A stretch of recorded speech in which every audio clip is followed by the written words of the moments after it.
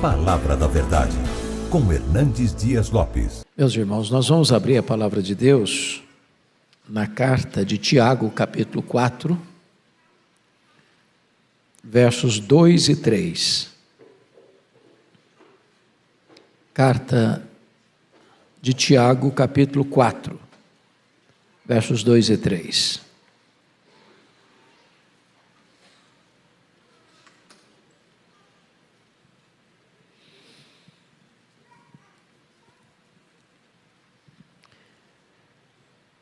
Cobiçais e nada tendes, matais e invejais, e nada podeis obter. Viveis a lutar e a fazer guerras, nada tendes, porque não pedis. Pedis e não recebeis, porque pedis mal, para esbanjardes em vossos prazeres. Hoje eu gostaria de tratar com vocês sobre o tema: quando o não de Deus é a melhor resposta. Quando o não de Deus é a melhor resposta. Há momentos em que o não de Deus é a maior consolação que podemos receber. Deus nos ama e nos ama a tal ponto que Ele não defere, não atende todas as nossas orações. E exatamente a negativa às nossas orações é a maior bênção que Deus pode nos dar. Deus é Pai, Deus é bom, e Ele sempre tem o melhor para nós. Quando o nosso pedido está na contramão da vontade dEle, Ele diz não, porque nos ama.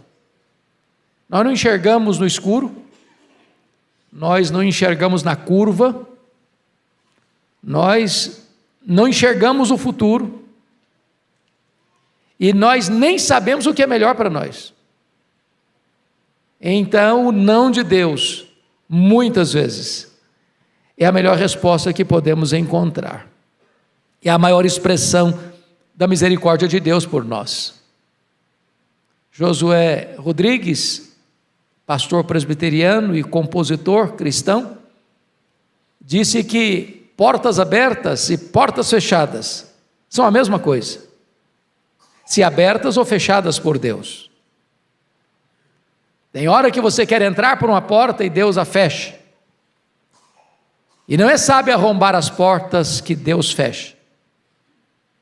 Há momentos que Deus abre portas e por elas devemos entrar, sem medo.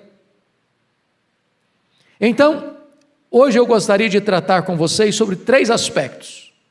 Primeiro, os que se queixam sem razão. Segundo, os que pedem sem saber o que pedem. Terceiro, os que se submetem à boa, agradável e perfeita vontade de Deus. Dentro desta temática, eu quero tratar desses 3 assuntos. Em primeiro lugar, os que se queixam sem razão.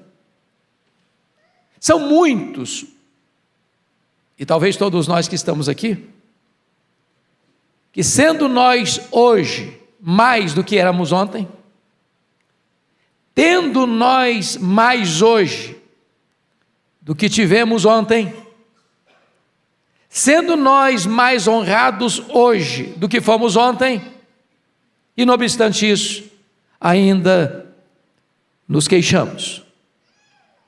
E eu gostaria de ilustrar. Pense comigo em Adão. Em Adão. Antes de Deus formar Adão, ele era nada. Nada. Depois, ele foi formado por Deus e se transformou numa estátua de barro. Então Deus soprou nas suas narinas e ele se tornou alma vivente. Colocou-se em pé e se tornou-se um homem, recebendo as maiores honras, a presidência da terra, dominando sobre todos os animais, a presidência dos ares, dominando sobre todas as aves dos céus, a presidência dos mares, dominando sobre todos os peixes do mar. De tal forma que, a despeito disso, nem Adão nem Eva estavam satisfeitos. Queriam mais. E o que queriam, na verdade? Queriam ser iguais a Deus. Então veja você, que tantas vezes a história do Adão é a nossa história. Anteontem, nada. Ontem, barro. Hoje, homem, tendo a presidência do ar, da terra e do mar. E ainda está insatisfeito. E ainda quer mais. E ainda quer ser igual a Deus. Portanto, ele estava descontente, sem qualquer motivo, sem qualquer razão. Mas me permita um segundo exemplo. Está escrito lá em 2 Samuel 7,8, acerca de Davi: tomei-te da malhada de trás das ovelhas, para que fosses príncipe sobre o meu povo, sobre Israel. Notem vocês que o texto não apenas afirma o lugar onde Deus pôs Davi, mas também o lugar de onde Deus tirou Davi. Deus o tirou de trás da malhada, Deus o colocou no trono. Se você olhar a sua história, de onde Deus tirou você? Onde Deus colocou você? Ontem, perdidos, escravos do pecado, escravos do mundo, escravos do diabo, mortos nos nossos delitos e pecados, rumando para a perdição eterna. Hoje, salvos pela graça, lavados no sangue do Cordeiro, habitados pelo Espírito Santo de Deus, habitaremos para sempre com Ele. Então não há motivo para você nem para mim estarmos hoje descontentes. Pense comigo ainda, os dois filhos de Zebedeu, Tiago e João. O Senhor Jesus estava mergulhado na sombra da cruz, falando do seu máximo sacrifício, quando eles, por intermédio da mãe, rogam a Jesus um lugar especial, de deferência, de destaque e de primazia. Ontem, empunhando redes, lavando redes. Hoje, discípulos e apóstolos do Senhor Jesus Cristo, mas estão insatisfeitos, querem mais, querem primazia no reino. Estavam se queixando sem motivo, sem razão. Eu pergunto a você, você está satisfeito? Você está grato? Você tem piedade com contentamento? Você se olha no espelho e agradece a Deus por aquilo que Deus fez na sua vida? Você está grato pela salvação? Você está grato porque está vivo? Você está grato porque tem um teto para morar, tem uma cama para dormir, tem roupa para vestir, tem comida sobre a mesa? Você está grato porque tem uma família? Você está grato porque tem amigos e irmãos? Você está grato porque você pertence à igreja do Deus vivo, coluna e baluarte da verdade? Você está grato porque tem ar nos seus pulmões? Porque seus olhos veem, seus ouvidos escutam, seus pulmões recebem ar, seu coração bombeia sangue e vida para o seu corpo? Você está grato? Nem você, nem eu, nesta noite, temos motivo de queixas ou para ingratidão. Mas vamos ao segundo ponto. Os que pedem sem saber o que pedem. Pedis e não recebeis, porque pedis mal. Então, quando pedimos mal, Deus indefere. Quando pedimos mal, Deus diz não. Quando pedimos mal, Deus fecha a porta, bloqueia o caminho. Então vamos uma olhadinha nesse segundo ponto. Eu queria aqui trazer alguns exemplos. Primeiro exemplo, vamos pensar comigo em Raquel, esposa de Jacó. A Raquel, e não obstante ser a esposa amada de Jacó, ela não tinha filhos, ela era estéril. A Lia tinha filhos. As concubinas, Zilpa e Bila, tinham filhos. Raquel não os tinha. E diz a Bíblia que um dia a Raquel diz o seguinte para o seu marido, para Jacó. Lá em Gênesis 30, versículo 1. Dá-me filhos, senão eu morrerei. Preste atenção, não dá-me filho. Ela coloca no plural, dá-me filhos, senão eu morrerei. O que Jacó respondeu para ela? Os filhos só Deus os dá, e só Deus os pode dar.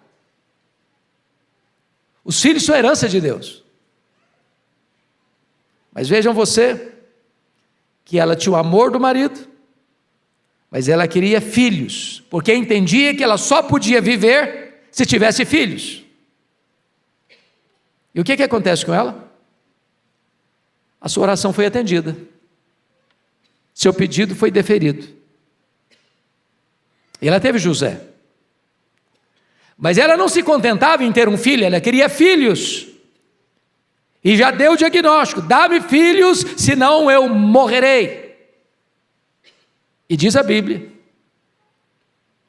que então vem o segundo filho, atendeu o pedido, no plural, e na mesma medida que ela pediu filhos para viver, ao ter filhos, ela morreu no parto. Eu fico imaginando se Raquel soubesse que ao ter seu pedido atendido, achando que ao ter filhos ela teria razão para viver, porém ao ter filhos ela estaria selando a sua morte, se ela teria feito o pedido, se ela teria prazer em ter seu pedido deferido. Quantas vezes, meus irmãos, nós também não sabemos o que estamos pedindo, achando que o que vamos pedir vai nos dar vida, e o que estamos pedindo vai nos matar. Mas me permita um segundo exemplo. Vocês se lembram de Sansão? Sansão era um nazireu, consagrado desde o ventre. Sansão foi levantado por Deus para ser juiz, o único juiz de Israel que fez carreira solo. Sansão deveria libertar o povo de Israel das mãos perversas dos filisteus. Diz a Bíblia que um dia, ele caminhando por uma cidade, ele viu uma moça filisteia, e ao chegar em casa, ele disse para o seu pai: eu quero aquela moça para mim.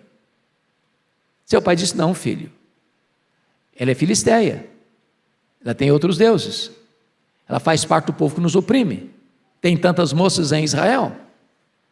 E ele respondeu: eu quero esta, porque só desta eu me agrado.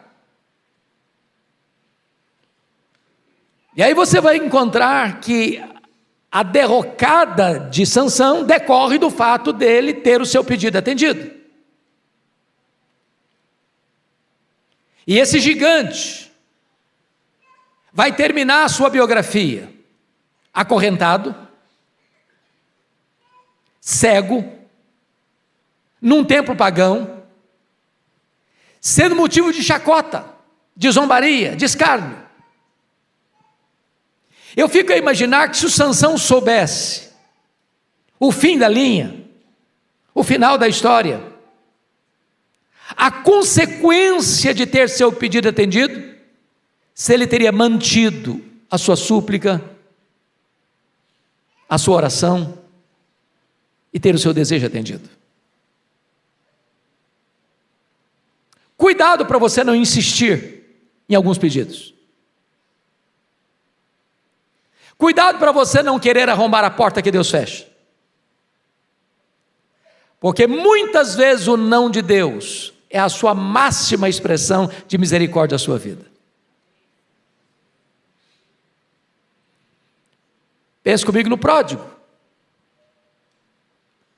Diz a Bíblia que o filho pródigo chega para o seu pai e pede antecipadamente a herança. E pensou que ao receber a herança antecipada, iria desfrutar de um tempo feliz, de uma vida aventurosa, de muitos prazeres e deleites. E diz a Bíblia que ele vai para um país distante e vive regaladamente, desperdiçando a sua fortuna com a vida dissoluta. E a história prossegue, e a Bíblia nos diz que esse homem, num tempo de crise, e a crise chega, o atingiu de cheio. E o único lugar que conseguiu encontrar foi um chiqueiro, para guardar porcos. Lá está aquele jovem, talvez magro, desfigurado, com roupas sujas, mal cheirosas, com a corneta dependurada no pescoço, colhendo os frutos do seu desejo.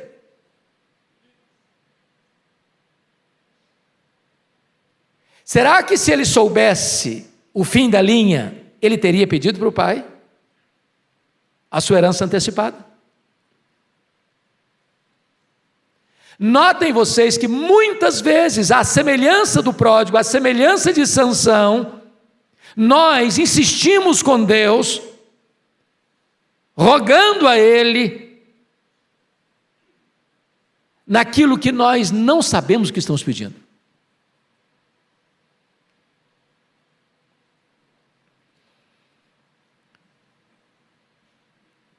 Notem mais. A Bíblia fala de Elias, depois de uma retumbante vitória no Monte Carmelo. Diz a Bíblia que o Elias recebe um recado da perversa Jezabel, dizendo para ele que assim como os profetas de Baal haviam sido mortos, que esse também seria o seu destino. E ele teme, e ele foge. E ele entra dentro de uma caverna, e ele quer morrer. Aliás, ele pede para Deus a morte. Ele imaginou que morrer era a melhor coisa que podia lhe acontecer. Que morrer era descansar das frustrações e fadigas. Que morrer era o único caminho alternativo que lhe era oferecido naquela conjuntura de perseguição religiosa e de apostasia. Entretanto, dentro da agenda de Deus, ele não experimentaria a morte. Ele seria trasladado. Ele não enfrentaria o último inimigo a ser vencido. Quantas vezes nós pedimos para Deus o que não sabemos, até insistimos, e ficamos até bravos quando Deus não atende o que nós queremos. Eu pergunto a você, pediria Raquel filhos se soubesse que o ter filhos lhe havia de custar a vida?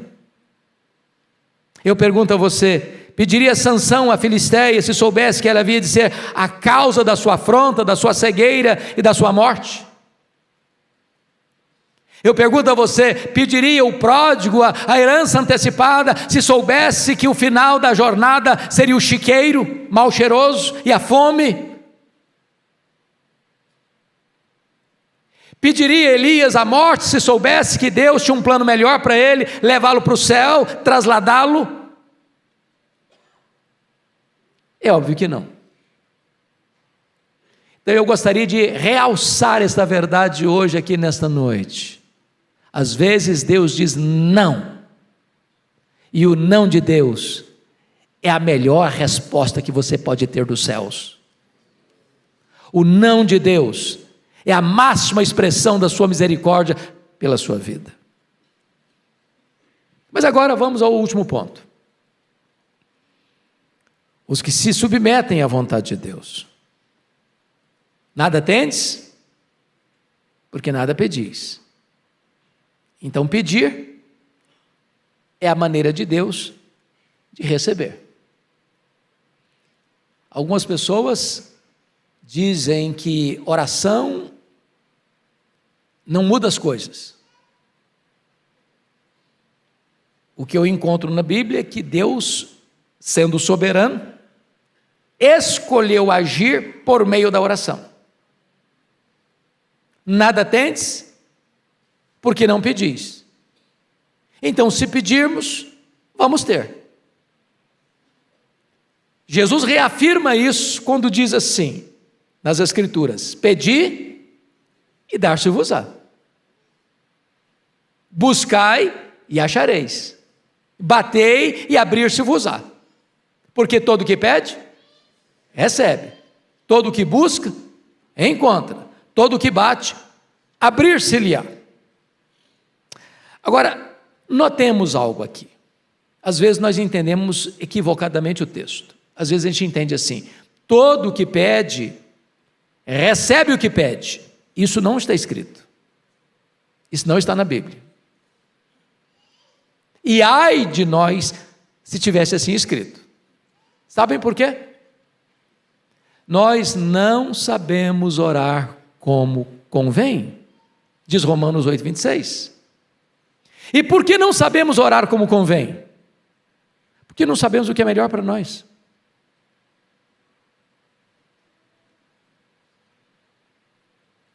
O Senhor Jesus Cristo disse que nós, pais, mesmo gostando e amando os nossos filhos, ou mesmo sendo nós pais imperfeitos, se um filho pede para nós um pão, nós não damos para ele uma pedra. Se um filho pede para nós um peixe, nós não damos para ele uma cobra, uma serpente. Se um filho pede para nós um ovo, nós não damos para ele um escorpião. Somos maus.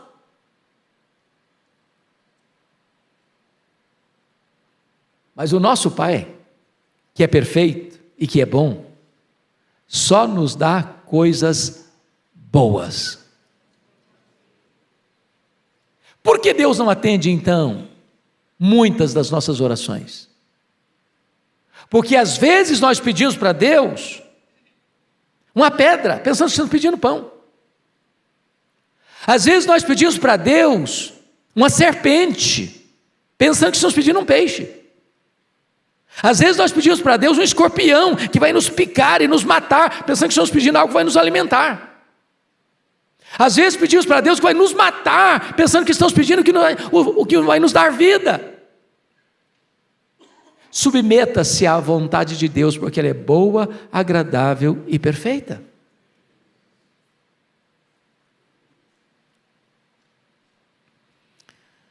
Vejam vocês,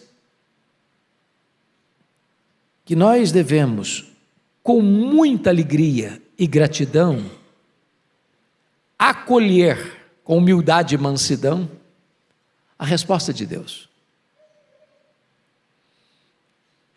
Como pastor, eu já tenho acompanhado, e os pastores que estão aqui presentes certamente também já acompanharam, quantas ovelhas, num drama pessoal de coração turbulento, de sentimentos quase que esbraseantes, apaixonados, insistem num namoro turbulento, conflituoso, achando que se aquele namoro terminar, a vida acaba.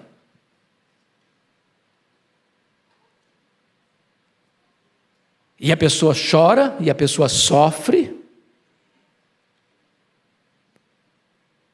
mas é melhor chorar uma semana ou um mês do que chorar a vida inteira. Deus que conhece lá na frente, Deus que conhece o futuro, Deus que tem o melhor, diz: não, não, não. E nesse não de Deus está a sua misericórdia. Nenhum pai, nenhuma mãe atenderia um filho pequeno, dando-lhe uma faca afiada para brincar. O filho pode espernear, pode chorar, pode reclamar, pode bater o pé. E você diz não. Não. Sabe por que não? Porque eu amo você. Eu cuido de você. Eu sei que se você pegar essa faca afiada, você vai se machucar. Há coisas que você insiste com Deus, e Deus diz, não, eu não vou lhe dar, porque eu sei que se eu lhe der isso, você vai se machucar, você vai se ferir. O não de Deus é a sua melhor resposta. Por outro lado, irmãos, eu gostaria de encerrar dizendo o seguinte: eu não quero trazer uma mensagem apenas no aspecto negativo. Essa palavra tem um aspecto positivo, de você orar. Nada tendes, porque nada pedis, então é hora de pedir. É hora de pedir. Eu gosto de uma expressão do reverendo Augusto Nicodemos, quando ele diz o seguinte: oração é para fraco. É para fraco. Por que eu oro? Porque eu sou fraco. Sou dependente. Eu não sei cuidar de mim mesmo. Eu não sei o que é melhor para mim mesmo. Eu não sei fazer as melhores escolhas. Então você deve orar. Orar pelas grandes coisas, orar pelas pequenas coisas. Orar para começar o seu dia. Orar pedindo sabedoria. Orar para Deus abrir os seus olhos para você ver as portas que Ele está abrindo, as portas que Ele está fechando, porque portas abertas e portas fechadas são a mesma coisa se abertas ou fechadas por Deus. Orar para que Deus oriente você, qual escolha você vai fazer nos seus negócios, nos seus afazeres, nos seus estudos, nos seus empreendimentos, nos seus relacionamentos. Orar para Deus revestir você de poder, para Deus santificar a sua vida, para Deus abrir o seu entendimento, para compreender as Escrituras. Orar para Deus levantar você como um instrumento nas suas mãos, para você, ao abrir a sua boca, haja virtude, haja poder do Espírito Santo para você pregar. Orar e orar. Se nós temos um Pai que é o dono do universo, se nós temos um Pai que é o soberano Senhor da história, se nós cremos que o nosso Deus ouve oração, que Ele atende oração, que Ele responde oração, que Ele intervém na história, então você e eu temos a arma mais poderosa do mundo nas mãos, a oração. Sabe por quê? Porque a oração une a fraqueza humana, a onipotência divina, a oração une o altar da terra com o trono do céu, e quando a igreja ora, Deus responde e manifesta o seu poder na história. Nós estamos num mês, talvez dos mais decisivos da história dos mais de 500 anos da nação brasileira. A igreja de Deus precisa orar.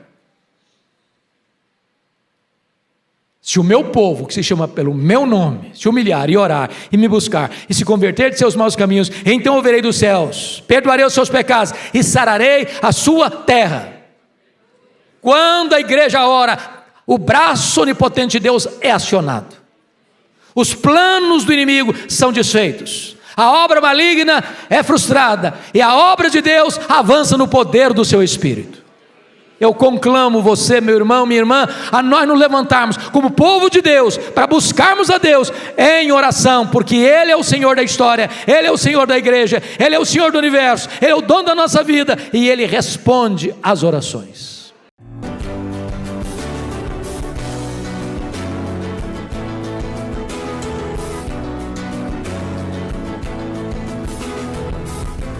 Palavra da Verdade, com Hernandes Dias Lopes.